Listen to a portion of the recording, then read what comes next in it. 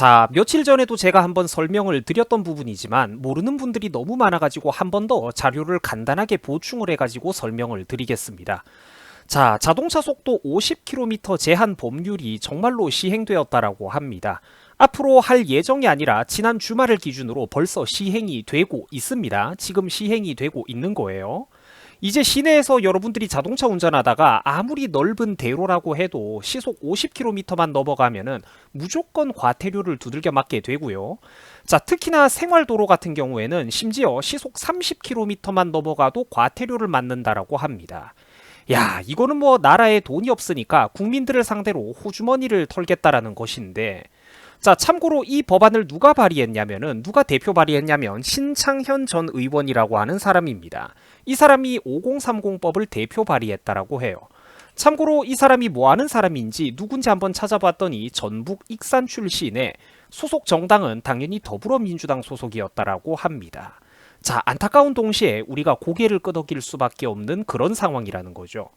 자, 문정부가 하고 있는 이런 짓을 보면은 정말로 해도 너무한다 싶습니다. 경찰들이 이런 식으로 운전자들 입장에서는 거의 안 보이는 풀숲 뒤에 높은 곳에 이렇게 딱 숨어가지고 딱 하고 시속 50km 넘어가는 사람들을 단속을 해대고 있는데, 이런 거는 솔직히 해도 너무한다 싶죠. 뭐 물론 이게 이 아저씨 한 사람만의 개개인적인 문제는 아니고 정부와 정치권이 법을 시행했으니까 밑에 있는 사람들은 따를 수밖에 없는 그런 부분이기도 하지만, 사실 우리 국민들 입장에서 바라보면은 이 사람들도 좀 얄밉기는 해요. 교통단속의 본질이라는 거는 자기들이 도로에 있다는 거를 남들에게 알림으로써 단속하는 것보다는 사고를 예방하는 것에 중점을 둬야 하는데, 이거는 뭐 실적을 올리고 적발 건수를 늘리려고 아예 그냥 대놓고 숨어서 단속을 하고 과태료를 끊는 것에만 몰두를 하고 있으니까, 이거는 일의 전후 순서가 뭔가 잘못돼도 한참 잘못 돌아가고 있다는 것입니다. 자, 여러분, 이제 시속 63km만 되어도 단속 대상이라고 합니다. 어이없으시죠? 직접 운전하고 다니는 분들이라면 이게 얼마나 느린 속도인지 안전한 속도인지 알 수 있을 겁니다. 시속 63km를 과속이라고 국민들에게 과태료를 부과하고 돈을 뜯어가는 이런 행정이 과연 말이 되느냐라는 거예요. 문제는 저런 식으로 하니까 하루 단 몇 시간 만에 수백 명이 넘는 국민들, 운전자들이 단속의 대상이 되어버렸다는 것입니다. 불과 몇 시간 만에 185명이 넘어가는 사람들이 단속 대상이 되었다라고 해요. 전부 다 과속 운전자로 낙인이 찍혀가지고 이제 저분들 집에 며칠 뒤면은 과태료를 내라는 통지서가 날아들게 생겼다라는 겁니다. 시청자분들은 이게 과연 이 정책이 정의롭고 온당한 정책이라고 생각을 하십니까? 저는 절대적으로 이 정책에 반대를 하는 입장입니다. 자, 사고 발생률을 줄이기 위해 가지고 무작정 속도만 줄이면은 모든 게 해결이 될까요? 1차원적인 생각입니다. 도로에서 평균 속도를 10km가 넘게 줄여버리면은 시내버스라든지 택시라든지 기타 수많은 도로교통 흐름에 막대한 지장을 초래하게 된다라는 거예요. 운전하고 다니는 분들이라면 잘 아시겠지만 60km가 절대로 빠른 속도가 아닙니다. 심지어 50km라뇨. 운전하고 다니는 분들이라면 다들 공감을 하시겠지만 사실 우리나라는 도로교통 신호등 시스템도 엉망이에요. 종전까지는 시속 60km 이하로 이렇게 정속 주행을 해도 가다가 섰다가 우리나라 이제 도로교통 신호 시스템이 엉망인데 맨날 이렇게 빨간불에 걸리는데, 이제는 하다가 이거를 50km 이하까지 낮춰버리니까 강제로 당장 시내버스 기사님들 같은 경우에는 답이 없다라는 거예요. 배차 간격을 정상적으로 지키는데 골머리를 앓고 있다라고 합니다. 교통체증뿐만 아니라 손님들의 대기 시간도 이렇게 증가되어 버려가지고 사회적으로 막대한 비용 낭비와 불편을 초래하고 있다라는 거예요. 실제로 여러분들, 제 친구 중에 모 지역에서 버스 회사를 경영하고 있는 친구가 있습니다. 뭐 물론 그 회사에 이제 임직원으로 일을 하고 있는 건데, 이 친구가 요즘 하는 말이 뭐냐면은 버스 배차 밀림 현상 때문에 현장에서 지금 시행 하루 이틀 만에 기사님들이 난리가 난 상황이라고 해요. 완전히 지금 도로 상황이 뒤집어졌다라고 합니다. 뿐만 아니라 이게 시행된 지 불과 하루 이틀 만에 즉시 이렇게 버스 밀림 현상, 배차 밀림 현상으로 인해 가지고 버스 회사는 도대체 뭐 하냐고 애꿎은 그런 또 불만들의 이제 고객 불만이 폭주를 하고 있어가지고 버스 회사 입장에서는 진짜로 골머리를 앓고 있다라고 해요. 사실 이거는 버스 기사님들 잘못도 아니고 버스 회사의 잘못도 아니죠. 엉뚱한 사람들이 지금 코피를 터지고 있다라는 겁니다. 지금 제가 말씀드리고 있는 이런 부분은 뉴스 기사보다도 더 빠른 부분이에요. 제 지인으로부터 직접 제보를 받아가지고 지금 설명을 드리는 거니까요. 자, 그리고 직업적으로 운전하는 사람이 여러분들 대한민국 안에 비단 버스 기사 한 사람뿐이겠습니까?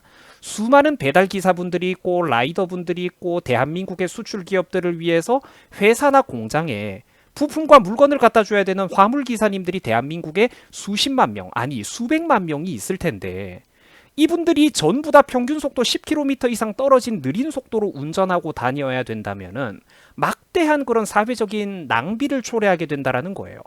운전하는 분들 중에서는 이런 식으로 시간이 곧 돈과 그 수입과 이제 수입과 직결되는 이런 서민 운전자분들이 수두룩한데 이런 문제는 다 어떻게 할 겁니까?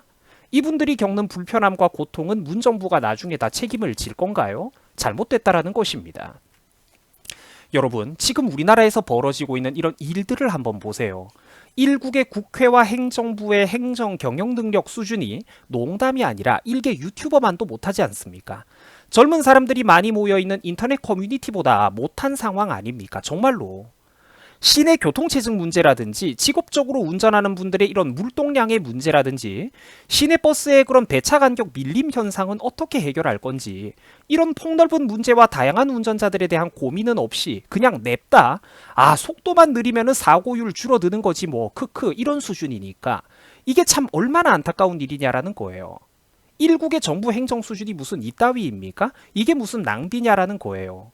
이 짓거리를 한번 할 때마다 교통체증으로 인한 수많은 사회적 낭비, 경제적 낭비는 둘째치고 또 수많은 국민들이 초기에 적응을 못해가지고 과태료를 물게 될 거고 아까 불과 몇 시간 만에 185건 이상의 사람들이 졸지에 그렇게 과태료, 이제 과속운전자가 됐던 거 기억나시죠? 국민들이 과태료에 시달리게 될 거고 또 전국의 수천 수만 가지 그 속도 제한, 도로교통 표지판 이런 거 다 갈아치워야 될 것 아닙니까? 그거 교체 사업에 과연 정치권 인간들이 엮여 있지는 않은지 제가 진심으로 궁금한 부분입니다. 자, 시청자 여러분, 제가 왜 문정부를 신뢰하지 않느냐면요.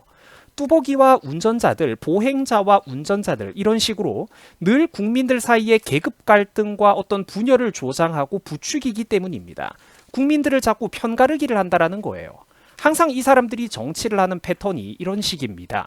집주인과 세입자들을 갈등시키고 건물주와 세입자들이 서로 미워하게 만들고 40대 50대와 또 20대 30대 젊은 분들 사이에 갈등을 유발하고 남과 여가 서로 다투게 만들고 사실 만악의 근원은 문정부의 무능력인데 사실 만악의 근원은 문정부인데 늘 이렇게 국민들끼리만 갈등을 부추겨 놓고 집단 사이에 갈등과 분열을 획책해 놓고 본인들은 문제의 핵심과 여론의 비난으로부터 교묘하게 빠져나가고 있다는 거예요.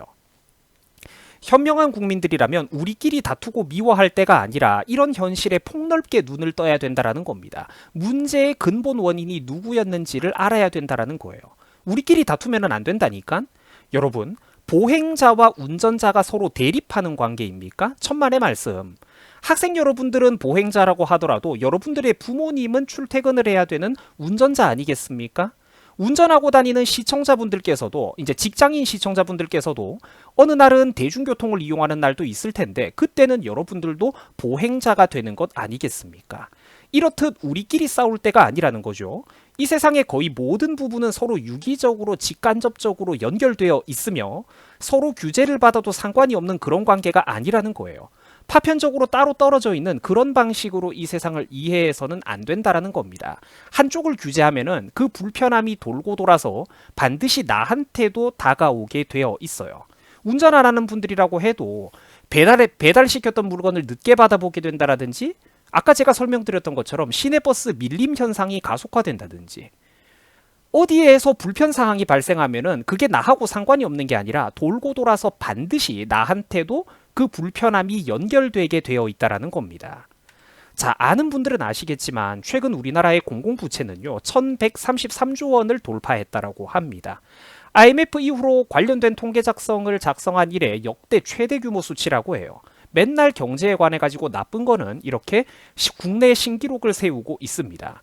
문정부는 역대 최대 규모의 공무원들을 선발했고 공공기업을 비대하게 키워가지고 운영함으로써 정부의 막대한 재정 적자를 초래하고 있고 재정 지출 규모를 사상 최대치 규모로 키우고 있습니다. 결국 이 모든 나라 빚과 재정 적자를 누가 갚느냐? 국민 여러분들이 갚아야 된다라는 거예요. 결국은 고스란히 우리 국민들의 몫이라는 겁니다. 여러분들 기억하세요. 정부의 재정 적자와 지출이 심해지면 어떤 식으로든 성실하게 돈 벌어먹고 사는 국민 여러분들에게 세금이 늘어날 수밖에 없습니다. 그 다들 싫으시겠죠. 부디 시청자 여러분들께서 이런 식으로 한낱 속도 제한에 관한 뉴스를 보시더라도 이제 정치 뉴스를 바라볼 때는 단순하게 이해하지 마시고 폭넓은 시야를 갖춘 이런 균형 잡힌 시민으로 여러분들께서 거듭나실 것을 제가 간절히 당부드리겠습니다.